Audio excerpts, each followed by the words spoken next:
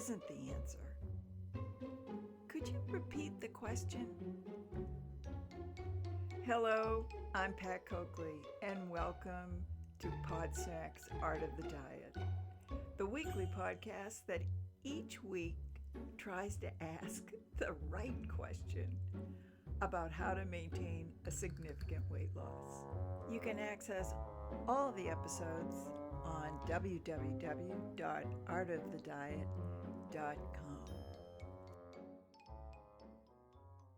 Hello, this is Pat Coakley, and this is episode 157 of ArtoftheDiet.com. And it's also the 3-year anniversary of when I first started this weekly podcast. And as most of my listeners know, I've taken the summer off to try to figure out what I'm going to do going forward with this podcast. And so I have decided, and I'm going to share that with you in a minute, and also tell you that this episode will include a new interview with a very interesting woman that I met on Connect, the Weight Watcher digital community.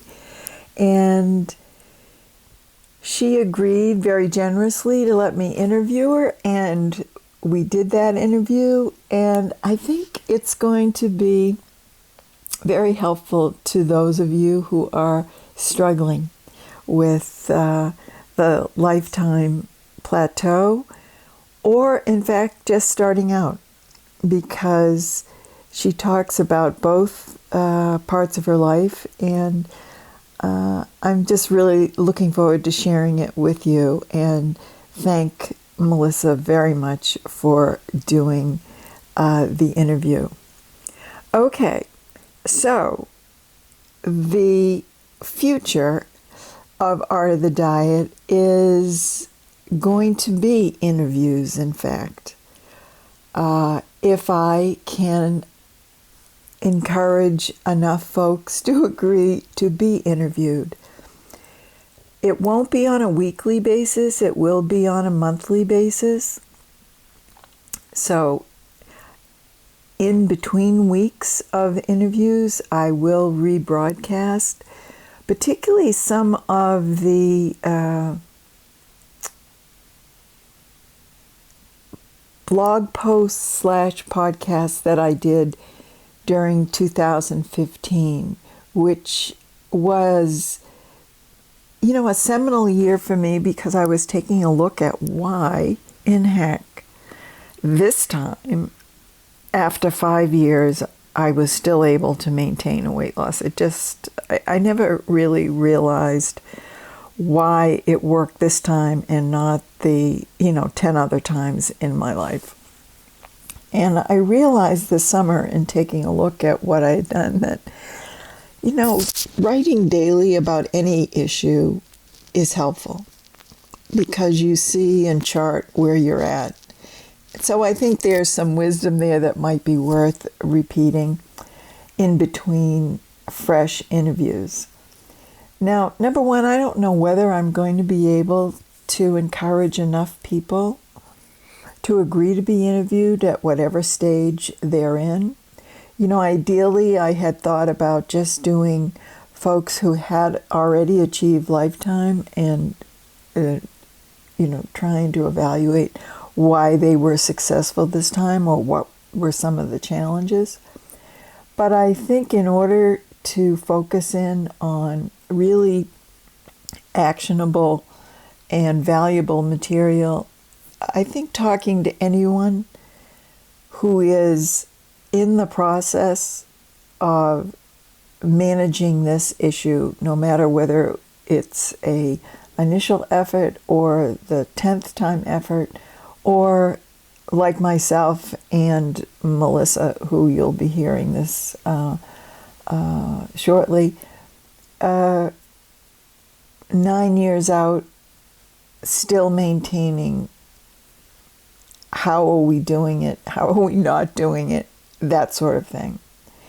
So, as you know, the email is artofthediet@gmail.com.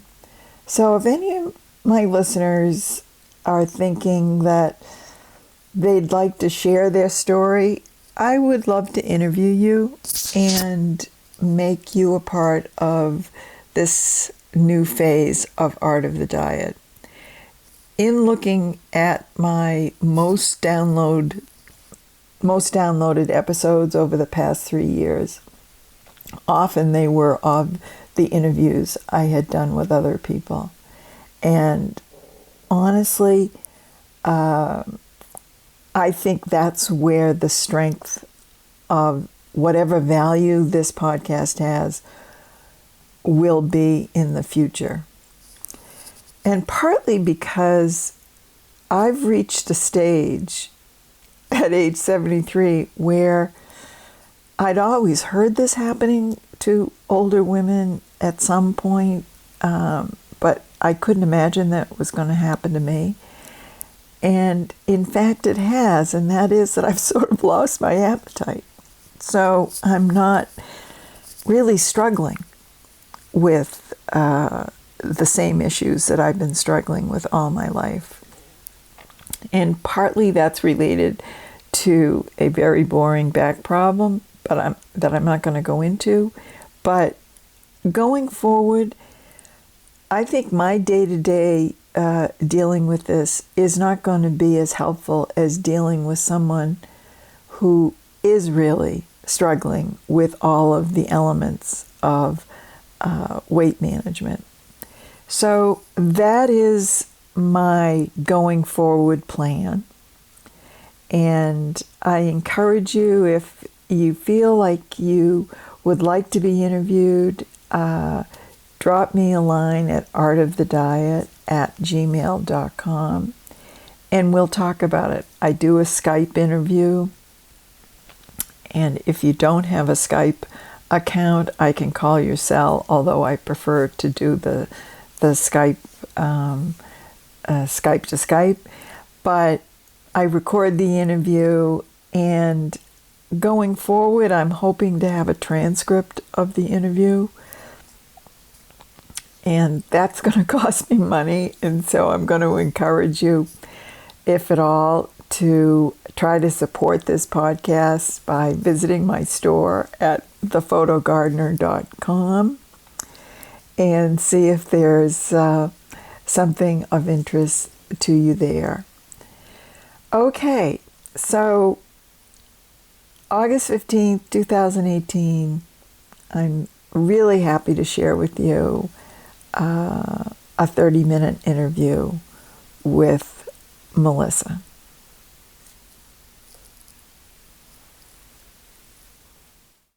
I was born in 64, so I'm 54 years old. And when I was 8 years old in 72, my pediatrician put me on diet pills. Me I don't too. know what they were. Hello. Oh, were you too? Yes. Yeah. That was the 70s. That's what they did. Yep. So, but I never changed anything. So I never lost weight because I thought, I was 8 years old. I thought this was just a magic pill, and that's all you had to do is take a pill and you'd lose weight. Yep. Turns out that was not true. So, and then my next foray into losing weight was when I was in high school, and I drastic dieted. I only ate like 300 calories a day. Oh, so I lost weight. I lost weight quickly. And I think I got down to 100 pounds, and I was 5 foot tall or whatever. Oh, boy. So, okay. Yeah, and I did that. Of course, I didn't keep the weight off then because I, didn't do it in a sustainable way. Right. And then throughout my teenage years, I dieted off and on, and I'd lose weight, but I could never maintain it. I always thought it was a diet. And then once you got to whatever you wanted to weigh, then you could just eat whatever you wanted. Right. We all did. Yep. Yeah, completely flawed thinking. And so I joined Weight Watchers the first time when I was 23 after I had my first child in 1988. I remember the first week I went, I was too scared to go in. And I sat in the parking lot and I turned around and went home. And then the next week I joined, and I weighed 200 pounds at the time, and again, I'm 5'2". Yeah. And I lost 50 pounds. And back in the late 80s, it was the exchange system. And although I lost weight, I really didn't follow the exchanges. So I found it confusing, but Yep. I modified enough to lose weight, and I lost 50 pounds, but I could never get past that. I was 150, but back then I had to be 117 to even be at goal at 5'2". Oh, Lord. So I joined many times off and on over the years. And the last time I joined was mid-February of 2007. And I didn't want to join, but I was joining with a friend. And I started back then, I was 194. Now, that's not my all-time high weight. My all-time high was 225 in about the year 2000 when I had gone back to night school in like 1991, and it took me 7 years to get a degree, and every year I'd gain like 10 pounds or so. Yeah. So, yeah, I ended up at 225, and then when I joined Weight Watchers in 2007, I was 194. And then I stuck with it. My friend only stuck with it 2 weeks, and she quit. But I continued on. What do you think? What do you think made you continue on when the buddy, which was initially why you went back that time? I have no idea. And everybody's asked me what was different this time, and I really, really don't know. Okay. But I just kept going back, and the program was Points Plus at the time. Yeah. And or Points, one of them. But it was very easy to, because it was just based on. I pretty much calories back then. I think 50 calories was point. I don't know. Yeah. So I kept going, and I made my goal weight of 137, which is the highest for a person who's 5'2". Yeah. In February. And then I did the 6 weeks of maintenance, and I've been pretty much lifetime ever since January of 2008. 2015 was my hardest year, and I had gained like 12 pounds back. So I was over goal. And then Smart Points started, which initially I really hated, but then it got me back down under my goal weight. And now freestyle, I struggle with. Yeah. So. Yeah. Wow. So you really, the real fundamental change that happened in 2007 was that your buddy bailed after 2 weeks, but right. You stuck. And you're not quite sure why you stuck. Maybe it was the program just seemed a little more agreeable than the previous ones, or... But in all my starts and stops over the years, because I joined Weight Watchers multiple times between 1988 and 2007, my takeaway from that is there were so many lifetime members who were not at goal, and they all said the same thing. They stopped coming and being accountable. They thought they could do it on their own. Right. So I told myself if I ever got to goal, I was never going to stop coming. Okay, so that's interesting. Yes, yes, because I do think the accountability portion is something that's key. And it seems to me you knew that on some level, even though you weren't entirely sure you were going to get to goal. It wasn't like you said, I'm going to stick with this thing until I'm there. You just sort of set the circumstances so that, yeah, so it's interesting. So you have been at Lifetime since 2008. January 2008. And so you have gone to meetings weekly since then? Pretty much. I've had to pay a handful of times.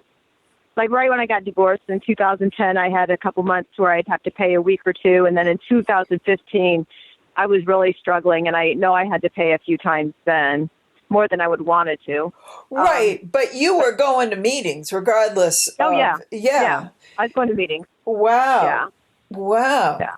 So I'm impressed with that because I bailed out of the meetings after, I guess, about 8 years or 7 years. Right. And the only thing that keeps me going is I have a really good leader. And like every other Friday, I don't work. So Friday mornings, I can go to her meeting close to my home. But then on the Fridays I work, I have to drive.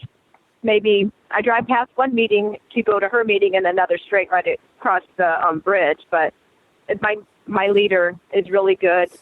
And then the group on Friday mornings is a really good group, too. And where do you live?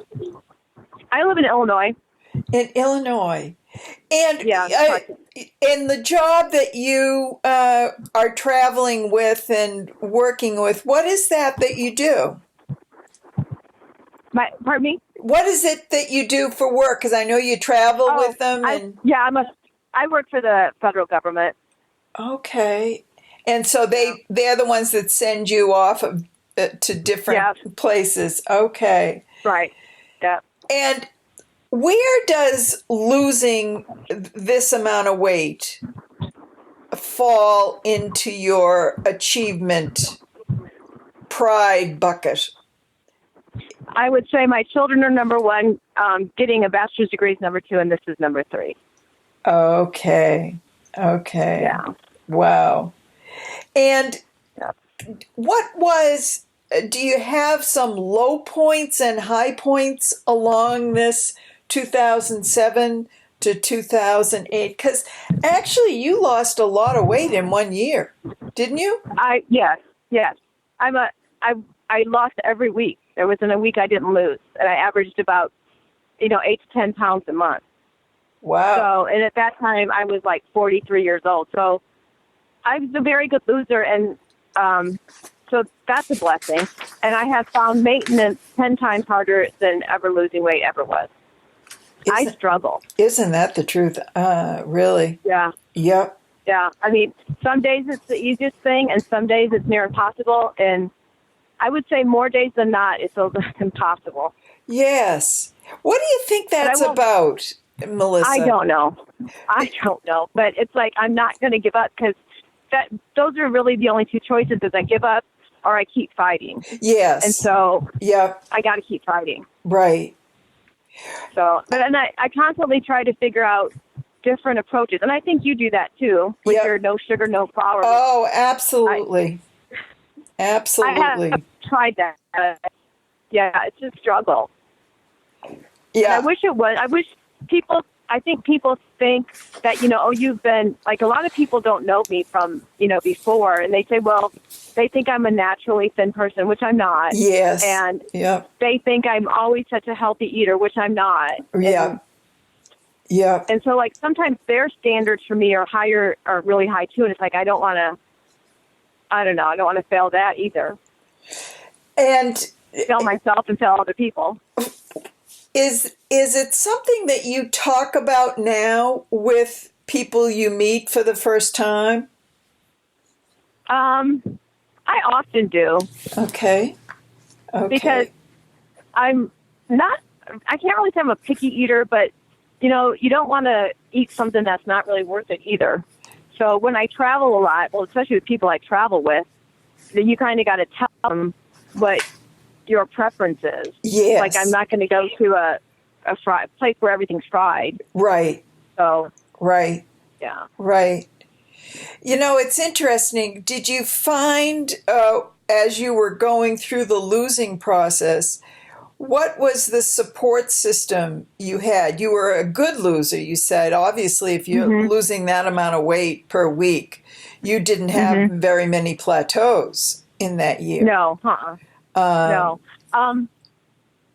Well, I was, like I said, 43, and so my kids were, 20 and 17. So they were older, and they didn't, I didn't have to worry about them as much, so I could concentrate more on myself. Yeah.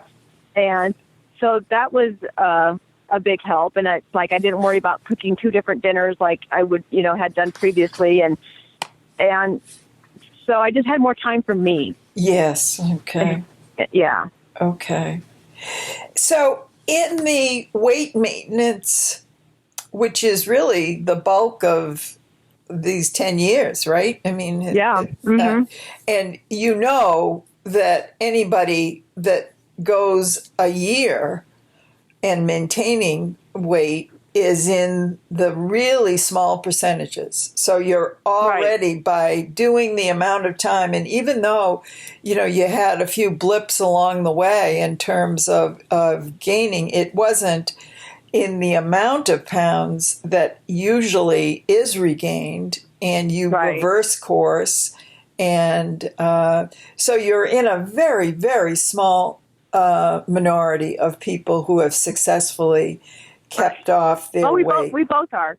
Yeah, we both are. well, that's true. And I just am always fascinated as how people do the day-to-day and what tricks they use, because it almost seems like we have to trick ourselves sometimes into this, that it's setting a goal for the day is like hilarious to me, because I can break it within 30 seconds.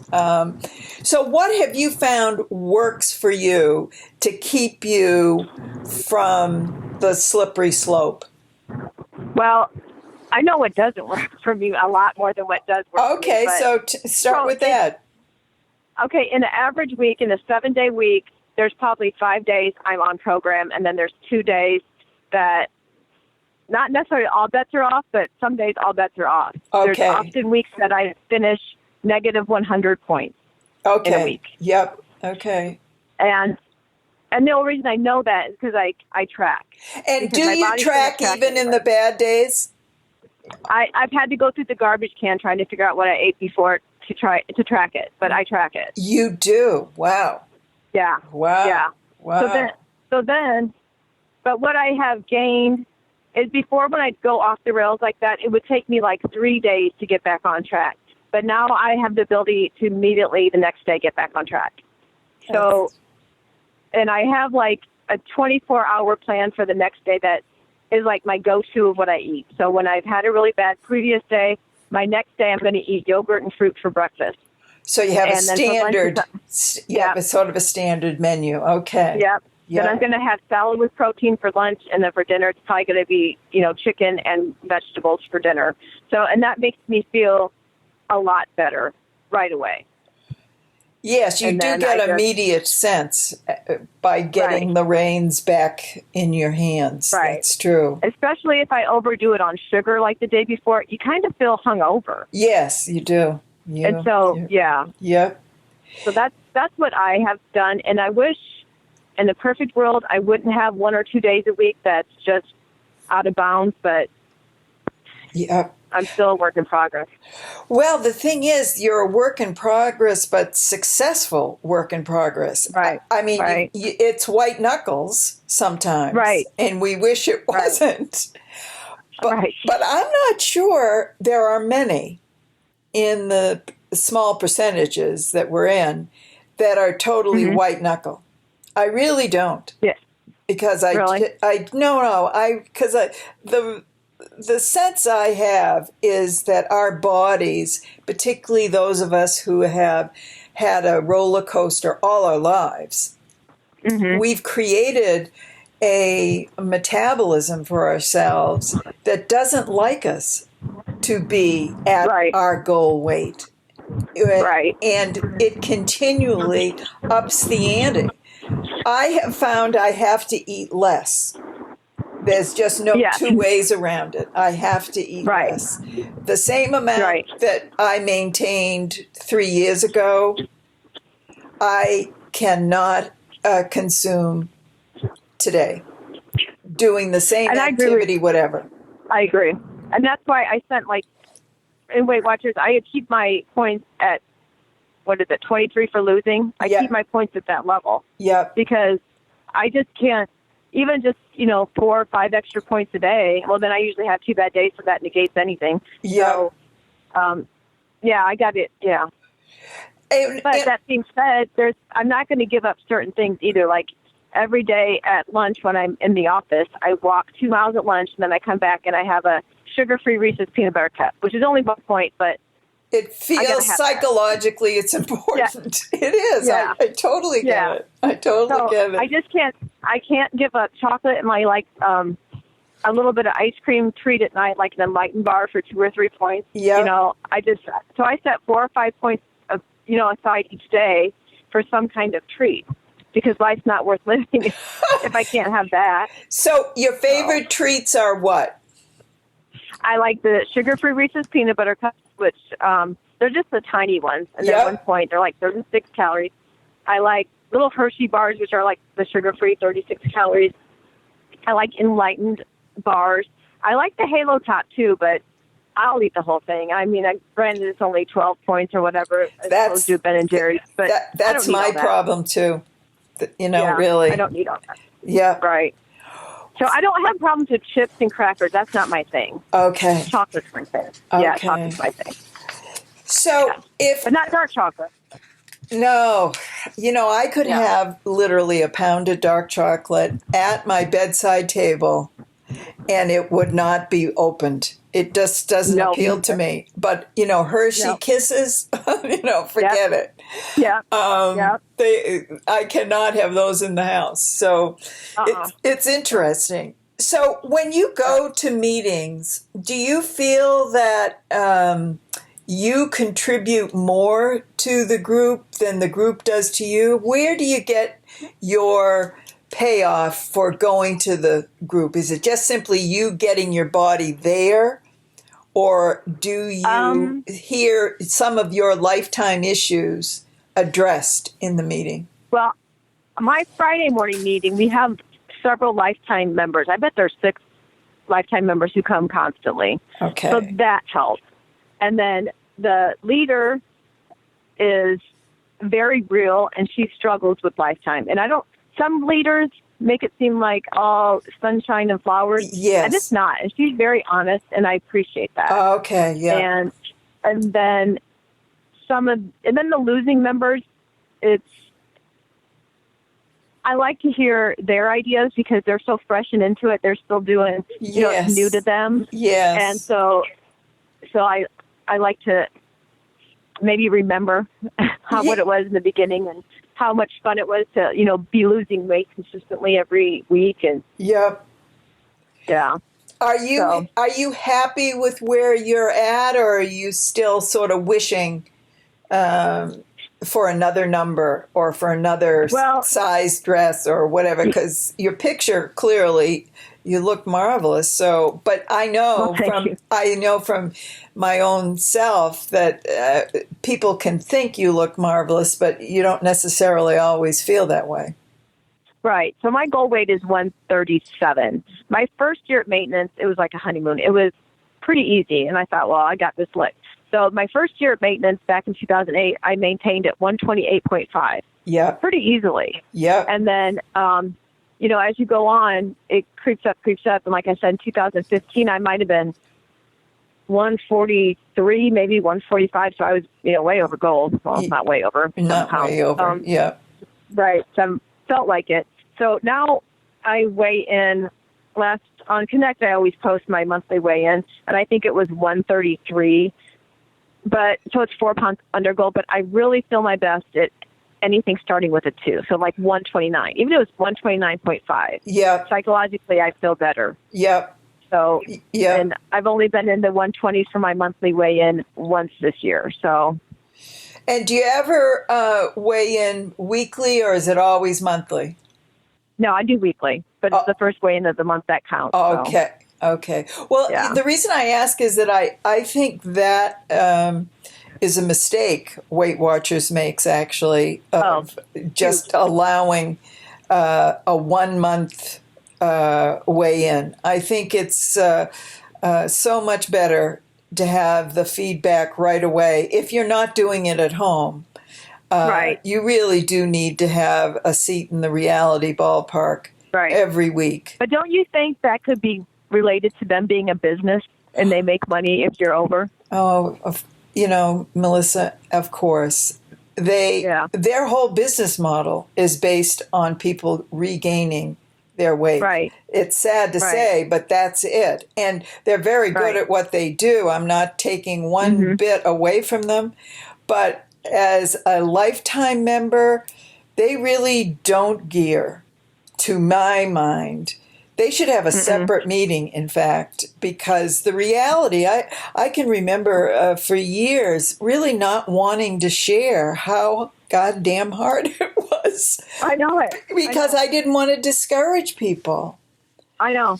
Well, we do, in my area, we have a lifetime meeting, which is like the third Sunday of the month. I've yet to go to one, but we do have it. Oh, okay. But I think it was back in like 1988 when I joined, there was a lifetime circle meeting, like after the regular meeting. Okay. And and they I don't know at what point they discontinued it, but they didn't have that. But we do have a lifetime meeting. I intend to go all the time, and then something comes up. But yeah, well, you know what? They don't seem to have that flexibility here, so it may be something that different regions, whatever. But that's why I asked, because I really feel that the other part of the story, the successful lifetime members, because as we all know, there are many lifetime members who are not at goal and still go to meetings and are considered lifetime. But the ones that do successfully keep at a goal really have another story to tell.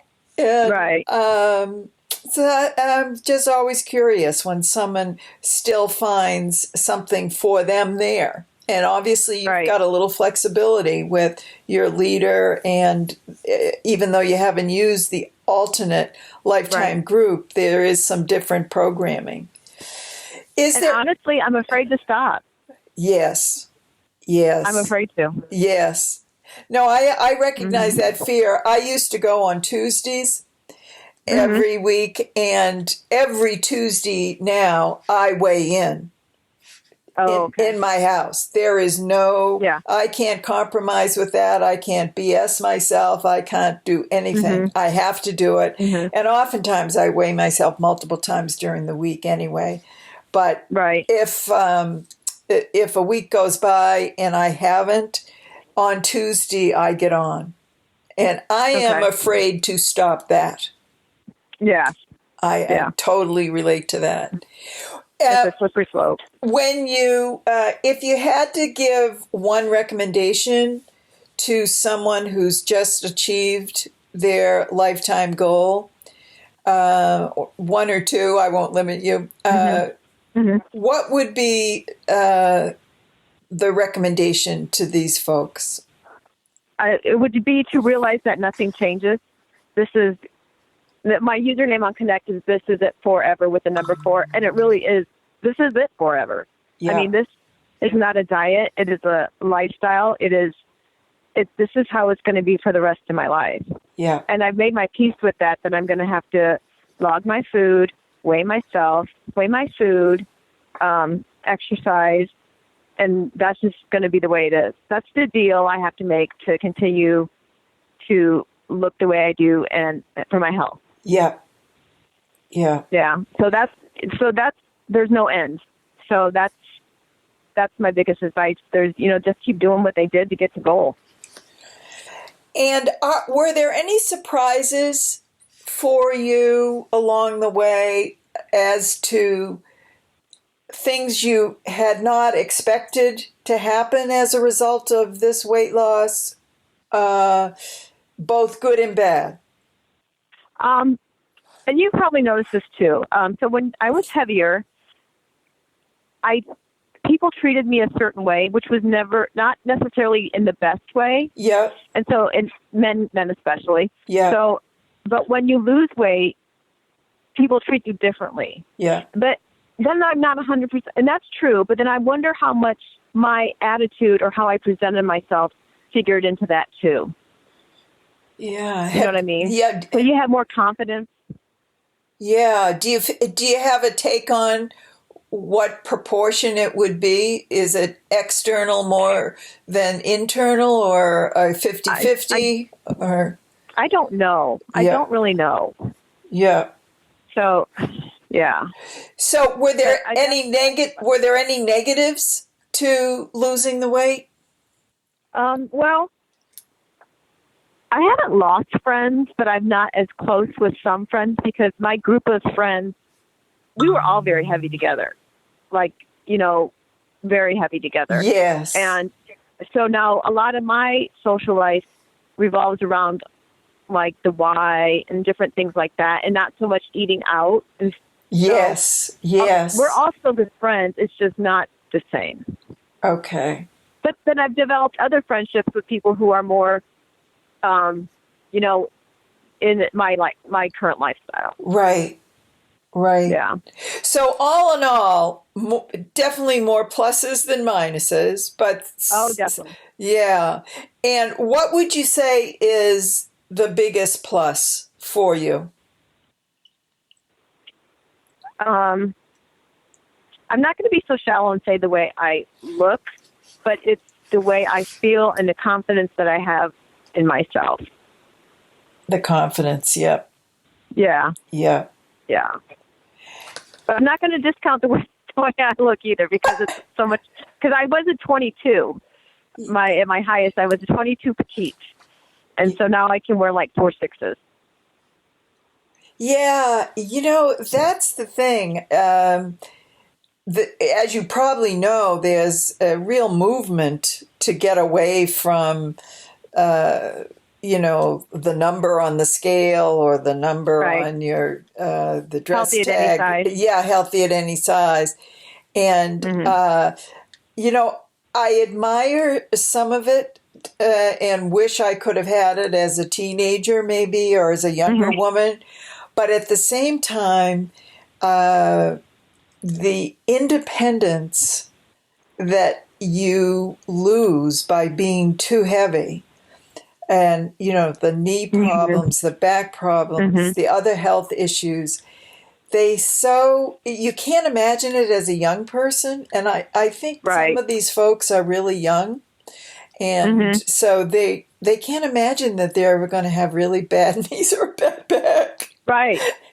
And that's true. Yeah, and it really makes such a difference. So, well, what? Another thing I found about when I was really heavy, like the bigger I got, the more invisible I got. That's the truth. Oh, I love that last comment that Melissa made about the heavier she got, the more invisible she got. Because I think that really is a truth for many, many women.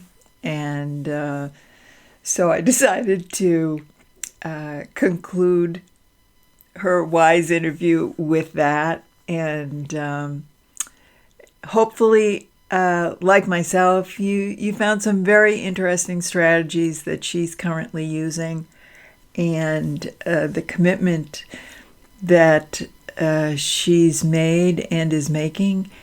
And I just want to thank her again very, very much. So this is it for this week. And I want to share again my email at artofthediet@gmail.com. And if this new phase of Art of the Diet is going to succeed, it'll depend on me getting some new folks willing to share their story and be interviewed. So if you feel like you could be one of those people, or you know someone who you think would be, willing to do it, contact me, artofthediet@gmail.com, and let's see if we can launch this second phase. Okay, over and out for now.